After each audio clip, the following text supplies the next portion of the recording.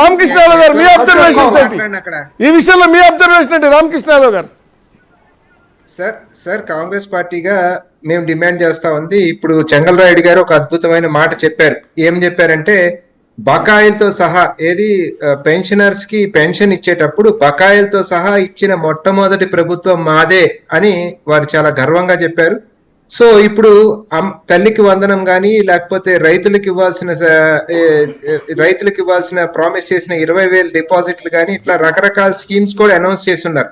మరి ఇవన్నీ కూడా డిలే అయినాయి. రేపు ఇచ్చేటప్పుడు అవన్నీ కూడా బకాయిలతో సహా చెల్లిస్తారా, ఎగ్గొడతారా అనే అనుమానం ఇవాళ ప్రజల్లో ఉన్నప్పుడు, దానికి తెలుగుదేశం పార్టీ అవి బకాయిలతో చెల్లించినప్పుడు ఇవి కూడా బకాయిలతో సహా చెల్లిస్తారా లేదు ఒక సంవత్సరం ఏడాది కాలం ఈ ఇవ్వాల్సిన స్కీమ్స్ మొత్తం ఎగ్గొట్టి 4 సంవత్సరాల పాటే ఇస్తారా, లేకపోతే 3 సంవత్సరాలు ఇచ్చి లాస్ట్ ఇయర్ ఎలక్షన్ ఇయర్ అని చేతులు దులుపుకునే కార్యక్రమం చేస్తారా అనేది తెలుగుదేశం పార్టీ ఆన్సర్ చేయాల్సి ఉంది. ఎందుకంటే తల్లికి వందనం నెక్స్ట్ జూన్ నుంచి ఇస్తానన్నప్పుడు ఈ సంవత్సర కాలం వేస్ట్ అయిపోయినప్పుడు ఆ డబ్బుని ఏ రకంగా ఇస్తారు? మహిళలకు ప్రామిస్ చేసిన 15,000 రూపాయలు సంవత్సరానికి అది ఏ రకంగా ఇస్తారు?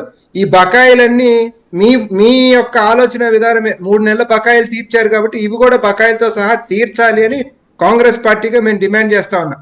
పోతే సార్, రాష్ట్ర ఆర్థిక పరిస్థితి అంటే వాళ్ళ అసెంబ్లీలో కోట్ చేసిన అప్పు కానీ, ఇప్పుడు బయట మాట్లాడుతున్న అప్పు కానీ, ఆ ఫిగర్ ఏది కరెక్ట్ అనేది నేను లోతుల్లోకి వెళ్ళి చూసే అవకాశం గవర్నమెంట్ లో లేదు కాబట్టి మాకు తెలియదు. కానీ ఫిగర్ ఏదైనా కానీ చంద్రబాబు నాయుడు గారు స్పష్టంగా చెప్పడం జరిగింది. నేను అనుభవం ఉన్న సీనియర్ రాజకీయ నాయకుడిని, 15 ఏళ్ళు ముఖ్యమంత్రిగా పనిచేశాను, 15 ఏళ్ళు అపోజిషన్ లో ఉన్నాను.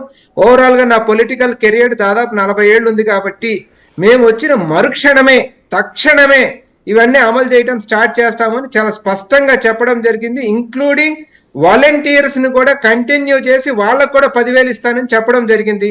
ఇవాళ వాలంటీర్స్ కి అసలు ఎక్కడున్నారు? వాలంటీర్స్ లేనే లేరనే రకంగా మాట్లాడుతూ ఉన్నప్పుడు ఇవాళ ఏ రకంగా ఈ ప్రభుత్వం హామీలు నిలబెడతా ఉంది అనేది ఆన్సర్ చేయాల్సిన బాధ్యత ఇవాళ రూలింగ్ పార్టీ పైన, లేకపోతే చంద్రబాబు నాయుడు గారి పైన ఉంది. ఇవన్నీ ఆర్గ్యూ చేయకుండా గత ప్రభుత్వంలో జరిగింది. ఎస్, డెఫినెట్ గా అంతకుముందు ప్రభుత్వంలో తప్పులు జరిగినప్పుడు ప్రతిపక్షంగా ఉన్న అందరం ఎత్తి చూపించింది. మీకు లబ్ధి జరిగింది, మీరు అధికారంలోకి వచ్చారు. కానీ ఇవాళ మీరు చేయలేకపోయిన దానికి క్వశ్చన్స్ కి ఆన్సర్ చెప్పకుండా మనం గతంలో గురించి మాట్లాడుకుంటా ఉంటామంటే దాన్ని ప్రజలు ఒప్పుకునే పరిస్థితి ఉండదు శ్రీనివాస్ గారు. సో ఏది ఏమైనప్పటికీ ఇవాళ ఇప్పటి వరకు కూడా గమనిస్తే ఒక పెన్షన్ అనే స్కీమ్ తప్ప ఇంత మటుకు వాళ్ళు సూపర్ 6 లో ఏ ఒక్క హామీని నెరవేర్చిన పాపాన ఈ రాష్ట్రంలో పోలేదు. దాదాపుగా ఒక బడ్జెట్ ప్రవేశపెట్టడం అయిపోయింది. రేపు ఫిబ్రవరిలోనో మార్చి మొదటి వారంలో ఇంకొక బడ్జెట్ కూడా ప్రవేశపెట్టే పరిస్థితి ఉంది. తర్వాత గ్యాస్ సిలిండర్స్ గురించి మాట్లాడారు. గ్యాస్ సిలిండర్స్ కి ఆ రోజు మాట్లాడి అప్లికేషన్లు స్వీకరించారు తప్ప ఇంత మటుకు అది కూడా గ్రౌండ్ అయినట్టు ఎక్కడ కనపడలేదు. ఫ్రీ బస్ విషయం ఆల్రెడీ 2 రాష్ట్రాల్లో ఫ్రీ బస్ నడుస్తూ ఉంటే ఇంకా దీన్ని వీళ్ళు అధ్యయనం చేయాలి, ప్రజల్లోకి తీసుకెళ్లాలి, ఏ రకంగా చేయాలి అంటే ప్రతిదీ కూడా కప్పదాటి కార్యక్రమము. తర్వాత మేము ఆదాయాన్ని సమకూర్చుకొని, అసలు మీ నినాదమే సంపద సృష్టి కదా. మీ యొక్క ఆయన ఎంఏ ఎకనామిక్స్, నేను సంపదను ఎలా సృష్టించాలో నాకు తెలుసు, ప్రజలకి ఖచ్చితంగా ఈ డే 1 నుంచే నేను అమలు చేస్తాననేది హామీ కదా. ఇవాళ సంవత్సర కాలం పాటు ప్రజలకు అందాల్సిన ఎగ్గొట్టిన తర్వాత మన జిఎస్టీ కలెక్షన్స్ పడిపోవడానికి కూడా కొనుగోలు శక్తి ప్రజల్లో పడిపోవడం అనేది మనం స్పష్టంగా చూస్తా ఉన్నాం. ఆంధ్రప్రదేశ్ యొక్క జిఎస్టీ కలెక్షన్స్ పడిపోవడం చూస్తా ఉన్నాం.